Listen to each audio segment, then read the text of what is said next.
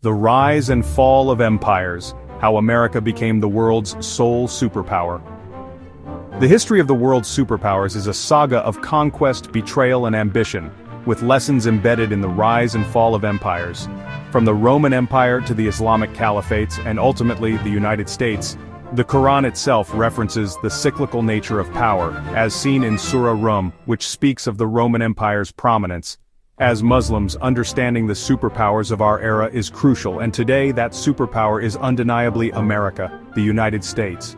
This article traces the journey of global power, from the Islamic empires to the discovery of America, its rise through wars and innovation, and its emergence as the world's unrivaled superpower.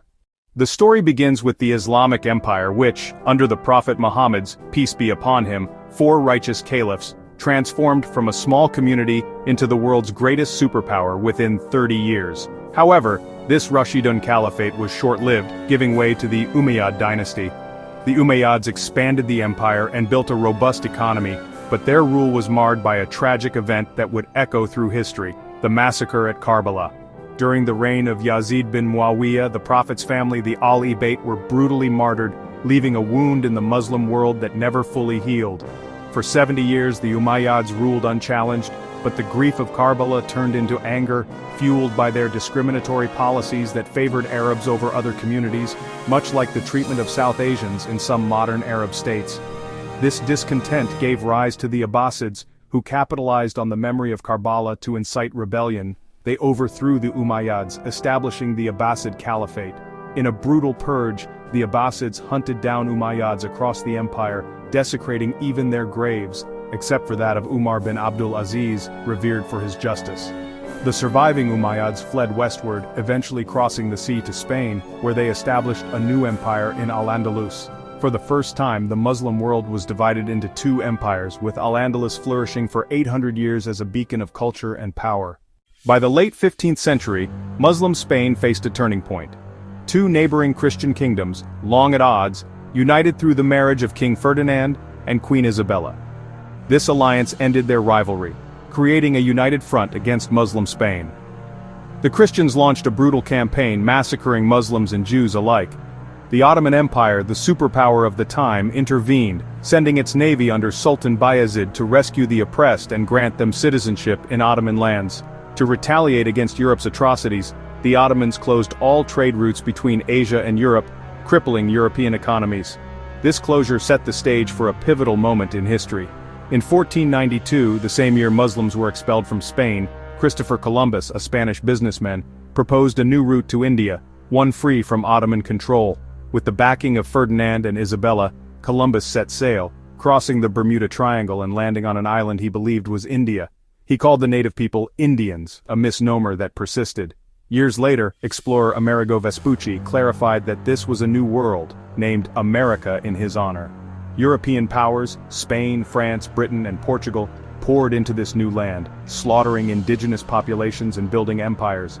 Spanish remains the dominant language in much of America today due to this early colonization. The discovery of America marked the beginning of the Muslim world's decline. For 1,000 years, Muslim empires, Umayyad, Abbasid, Ottoman, had dominated as superpowers.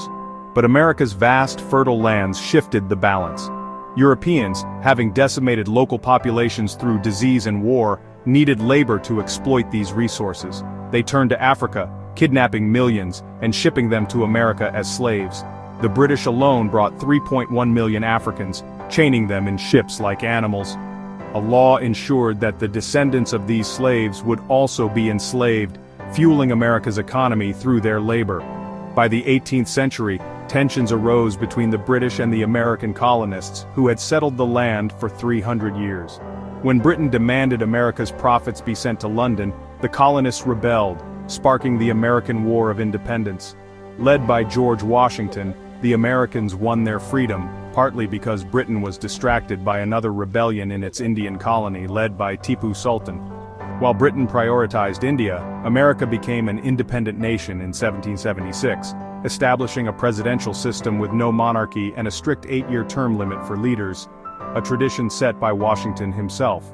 While Britain prioritized India, America became an independent nation in 1776, establishing a presidential system with no monarchy and a strict 8-year term limit for leaders, a tradition set by Washington himself.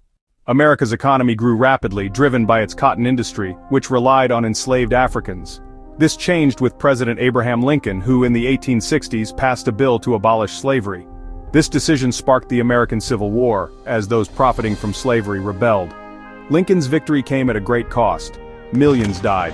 But it left America with an arsenal of weapons unmatched by any nation. The war also marked a turning point. America began producing groundbreaking inventions like the telephone, sewing machine, electricity, and the airplane, shifting the center of innovation from the old world to the new. The war also marked a turning point. America began producing groundbreaking inventions like the telephone, sewing machine, electricity, and the airplane, shifting the center of innovation from the old world to the new. Despite its growing power, America was not yet a superpower. That title belonged to European nations, Britain, France, and Germany. The turning point came with World War I, when these powers clashed, devastating their economies. America, staying neutral until the final moments, profited by supplying weapons. When it finally joined, America helped end the war, emerging as a rising power with a stable economy and the dollar as the world's strongest currency. When it finally joined, America helped end the war, emerging as a rising power with a stable economy and the dollar as the world's strongest currency. Just as America reached its peak, the Great Depression struck in 1929, crashing its economy. Millionaires begged on the streets and thousands took their lives. This chaos gave rise to Adolf Hitler, who capitalized on Germany's resentment to become its leader. He attacked Poland, igniting World War II. Once again, America stayed out, profiting from weapon sales. However, a letter from Albert Einstein, a German Jewish scientist, changed everything. Warning President Roosevelt of Hitler's pursuit of an atomic bomb, Einstein urged America to build one first. Regretting this letter until his death, Einstein's warning led to the Manhattan Project, where America secretly developed the atomic bomb. Japan's attack on Pearl Harbor in 1941 forced America into the war. After Germany's defeat, with Hitler's suicide, Japan remained defiant. President Harry Truman in 1945 authorized the use of atomic bombs on Hiroshima and Nagasaki, killing 70,000 and 40,000 people respectively. These bombings forced Japan's surrender, shocking the world with America's power. A survey at the time showed 85% of Americans supported the bombings, though public opinion later shifted as the civilian toll became clear. World War II cemented America's status as a superpower. It formed the United Nations, strengthening its global influence, and the dollar became the world's dominant currency. Only one country challenged America: the Soviet Union, which developed its own atomic bomb in 1949, sparking a Cold War. This rivalry spanned weapons, sports, and even space exploration, with America landing Neil Armstrong on the moon in 1969. This rivalry spanned weapons, sports, and even space exploration, with America landing Neil Armstrong on the moon in 1969. Smaller nations aligned with either superpower, but India's neutrality proved wise, as many aligned countries remain under their influence today.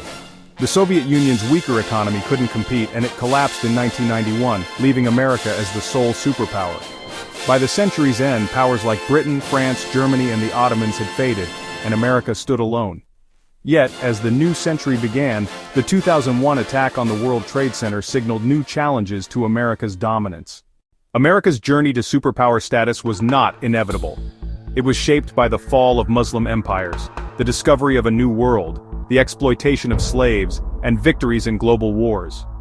From the Umayyads' flight to Spain to Columbus's mistaken voyage, from Lincoln's emancipation to the atomic age, America's rise was a story of ambition, innovation, and, at times, moral ambiguity. As the world's sole superpower, its influence is undeniable. But history teaches us that no empire lasts forever. As the world's sole superpower, its influence is undeniable, but history teaches us that no empire lasts forever.